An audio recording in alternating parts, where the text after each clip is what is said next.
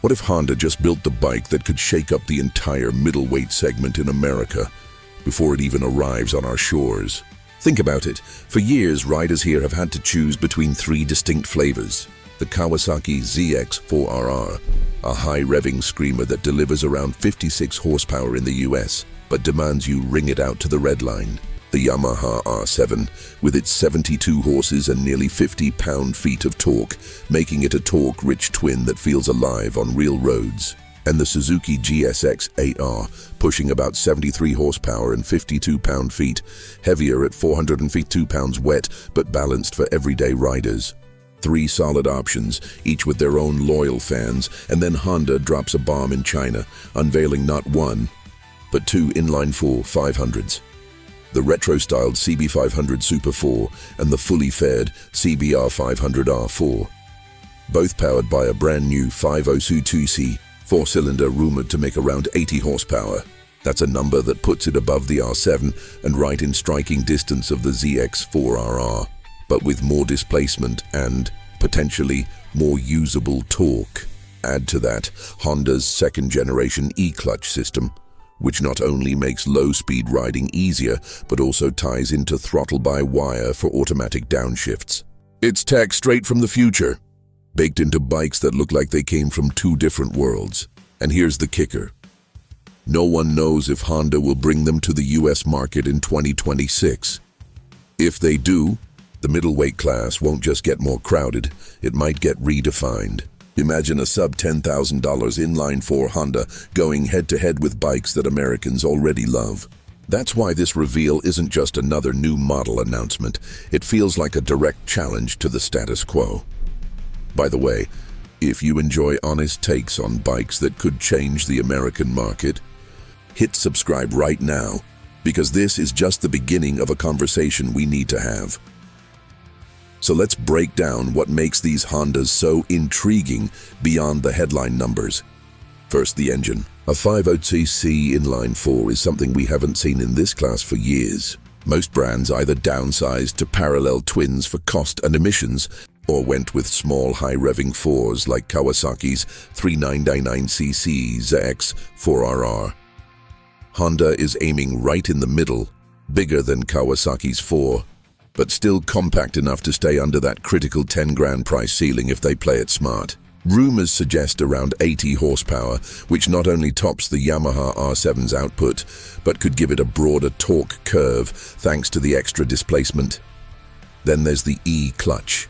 If you've seen it on the CBR500R or CB650R, you know it works like a semi-automatic system, engaging or disengaging the clutch with small electric motors.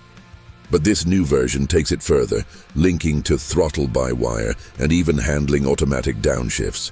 That's a game-changer for commuting, for stop-and-go traffic, and even for new riders who want the thrill of a sport bike without stalling anxiety. It also appeals to veterans who want a smoother ride without giving up manual gear control entirely.